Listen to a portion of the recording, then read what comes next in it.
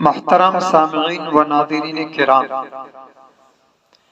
اس وقت میں آپ حضرات کے سامنے ایک بہت ہی اہم نماز جنازہ سے متعلق مسئلہ آپ حضرات کی خدمت میں پیش کرنا چاہتا ہوں۔ لیکن اس سے پہلے کہ وہ مسئلہ آپ حضرات کی خدمت میں پیش کروں، اگر آپ حضرات نے ہمارے چینل کو سبسکرائب نہیں کیا ہے تو آپ ہمارے چینل کو سبسکرائب کریں تاکہ ہمارے بعد میں آنے والے پروگرام، دینی مسائل آپ تک بحسن خوبی پہنچیں اور آپ ان سے وقت ضرورت فائدہ اٹھا سکیں۔ سامعین کرام، اب چلتے ہیں اصل مسئلے کی طرف۔ سامعین کرام، نماز جنازہ کے موقع پر تین قسم کے لوگ سامنے آتے ہیں۔ نماز جنازہ کے موقع پر تین قسم کے لوگ سامنے آتے ہیں۔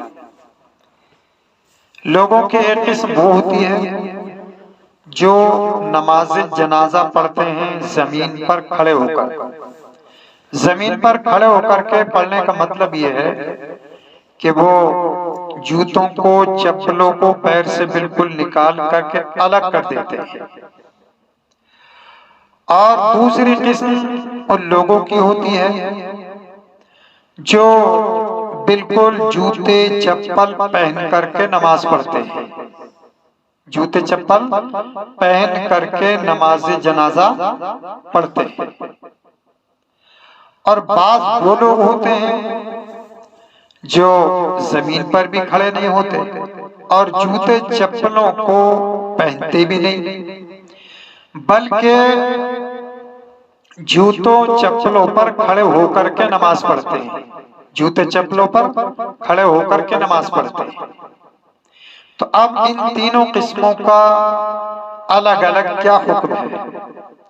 تو سامعین کرام، پہلی قسم جو لوگ زمین پر کھڑے ہو کر کے نماز پڑھتے ہیں، یعنی جوتے چپلوں کو بالکل نکال کر کے الگ کر دیتے ہیں، تو ایسے لوگوں کے لیے شرط ہے کہ زمین کا پاک ہونا، یعنی ان کے لیے زمین پاک ہونی چاہیے۔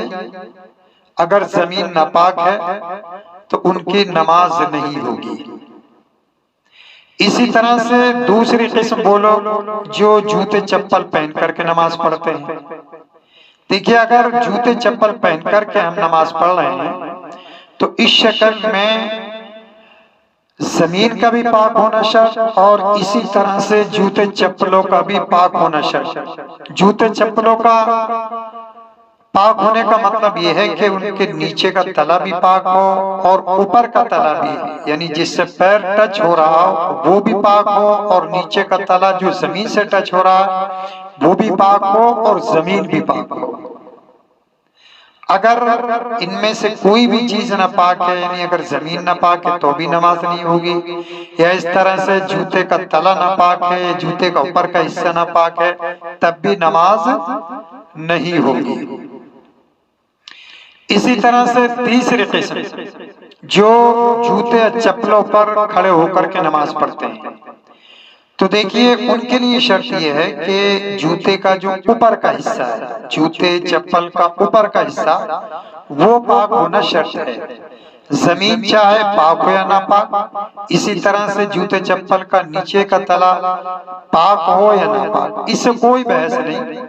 اگر جوتوں یا چپلوں پر کھڑے ہو کر کے نماز پڑھ رہے ہیں تو بہرحال جوتے کا چپل کا اوپر کا حصہ پاک ہونا شرط ہے۔